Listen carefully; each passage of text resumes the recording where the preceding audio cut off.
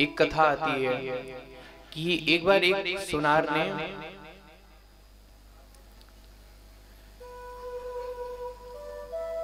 तीन मूर्तियां बनाई सोने की 100-100 ग्राम की। और जब तीन मूर्तियों का निर्माण किया तो सोनार ने ले जाकर के उन तीन मूर्तियों को राजा विक्रमादित्य के दरबार में रखा। और उस सोनार ने प्रस्ताव रखा कि महाराज आपके दरबार में कोई ऐसा हो जो इन मूर्तियों का मूल्यांकन कर सके, क्योंकि तीनों मूर्तियां सोने की थी, एक ही साइज की, ना कोई बड़ी ना कोई छोटी। पूरे दरबार के लोग आश्चर्यचकित थे कि महाराज मूर्तियां तीनों एक ही प्रकार की, एक ही शकल सूरत, किसी में 1 इंच भी घटा बढ़ी नहीं, और तीनों मूर्तियां 100 ग्राम स्वर्ण से बनी हुई, तो इनकी कीमत अलग अलग कैसे हो सकती है। तो कालिदास जी महाराज राजा विक्रमादित्य के दरबार में बैठे थे। तो कालिदास जी ने कहा, राजन आज्ञा हो तो मैं इनका मूल्यांकन करूं। राजा विक्रमादित्य ने कहा ठीक है। तो कहते कालिदास जी ने एक सोने की स्वर्ण से बनी एक सीख ली, एक तार। उसको कहते हैं जब मूर्तियों को बारीकी से उनका निरीक्षण किया तो क्या देखा कि मूर्ति के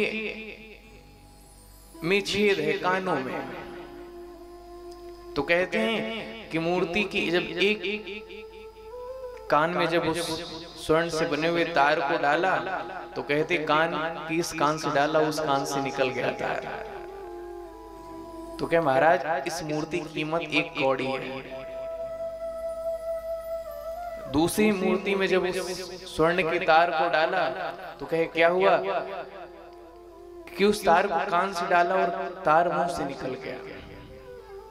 तो क्या महाराज इसकी कीमत 1000 स्वर्ण मुद्रा है। और कहते हैं कि कालिदास जी ने जब तीसरी मूर्ति का निरीक्षण किया तो कहते हैं कि कान से जब तार को डाला तो पूरा तार पेट में चला गया, कहीं बाहर नहीं निकला। तो कहने का भाव यह है कि 3 प्रकार के लोग होते हैं। कथा को सुनने के बाद में व्यक्ति एक कान से सुनता है, दूसरे कान से निकाल देता है। उसकी कीमत क्या है कि 1 कौड़ी।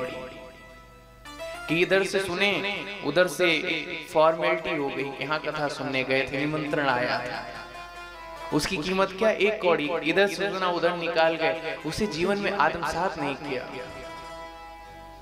एक है कि महाराज कथा में सुना और किसी ने पूछा तो बता दिया, उन्हें याद है लेकिन उन्होंने जीवन में नहीं उतारा।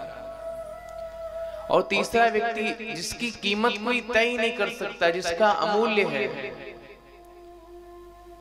कहते हुए व्यक्ति है जो जीवन में अपने चरित्र को भगवान को उतार ले, भगवान की कथा को अपने जीवन में ले आए, कि हमारा ऐसे व्यक्ति का कोई मूल्यांकन नहीं कर सकता।